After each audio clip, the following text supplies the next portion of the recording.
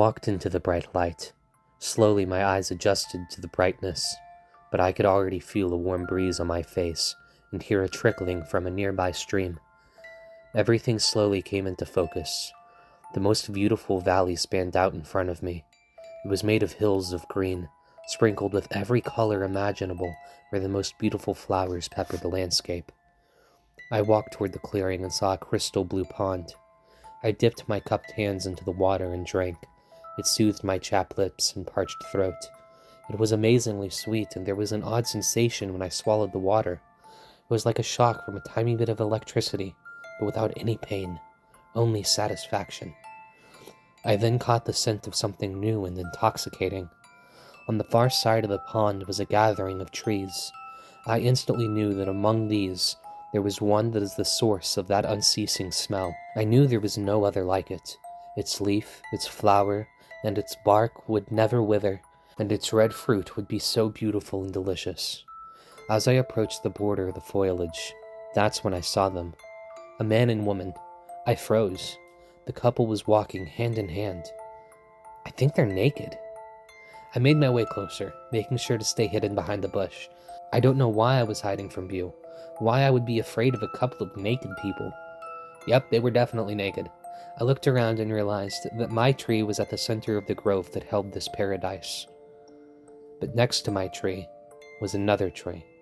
It was just as majestic and impressive, but there was something ominous about it, something powerful. I looked carefully at these two unique and special trees that grew in this garden. I now realized what this place was, and where I'm at. I'm startled when I feel something vibrate in my pocket. It was the key I chose. As I removed the large key from my pocket and opened my palm, I noticed the markings on its emblems in more detail. When it was offered to me by the winged creature, I simply thought it was marked with the infinity symbol. Upon closer look, now I realized it was a serpent devouring its own tail in the shape of an infinity symbol. My mind was unlocked. It was all so clear now. I knew my purpose. I knew why I was chosen. I knew why I was created. It was always God's will to destroy his creation. Once destroyed, he could fulfill his promise to blind his enemies and cast them into a lake of fire where they would suffer for all of eternity. The trumpets were a countdown to his planned end.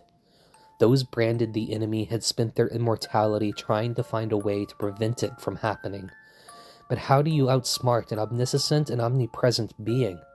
You use the very laws of existence against him. For with the creation of the universe, laws had to be created. He had no choice but to subject himself to those laws for the universe to exist. The fallen ones knew the only way to prevent the end was to break the precedented, inevitable chain of events leading to the end. They must have figured out how to connect 2 points of existence, creating a bridge for me to enter. It causes everything to stop and reset back to the very beginning instead of continuing along the precedented path. It never ends. It never reaches Judgment Day. Existence was a loop.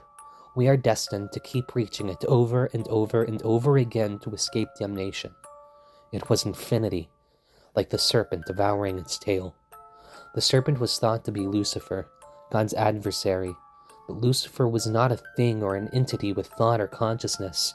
He was the infinity of time, the only thing capable of denying God's divine will. It was the one simple thing that is protecting us from the wrath of an angry God.